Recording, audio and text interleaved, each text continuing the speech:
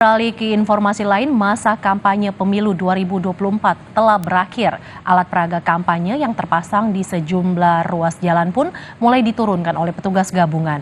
2.300 personel petugas gabungan dikerahkan untuk menurunkan APK pada Sabtu malam. Pemprov DKI Jakarta mulai mengerahkan petugas Satpol PP untuk menyisir sejumlah ruas jalan protokol ibu kota, salah satunya di kawasan Semanggi. Alat peraga kampanye yang terpasang di jalan mulai diturunkan petugas. 1 unit krain juga dikerahkan untuk menjangkau APK yang terpasang di ketinggian. Penertiban ini dipantau langsung oleh PJ Gubernur DKI Jakarta Heru Budi Hartono guna melihat penurunan baliho-baliho di jalan protokol. Penurunan APK ini menandai masuknya masa tenang sebelum hari pencoblosan pada 14 Februari mendatang. Total ada 2.300 personil petugas gabungan untuk membersihkan APK di ibu kota.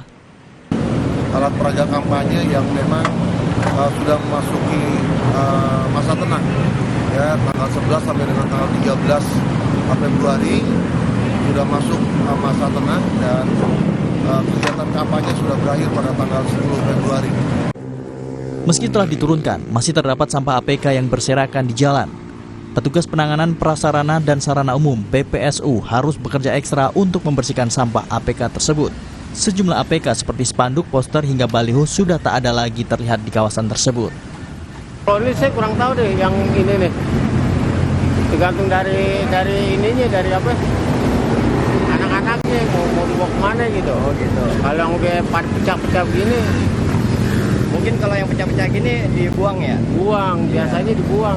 Kalau yang masih utuh, kan semalam disortir semua. Oh, disortir dulu. Disortir semua dibawa ke kecamatan. Tidak hanya ruas jalan protokol, penurunan APK ini juga dilakukan di kawasan lingkungan warga. Penertiban ini akan digelar hingga 13 Februari nanti. Tim Liputan Kompas TV.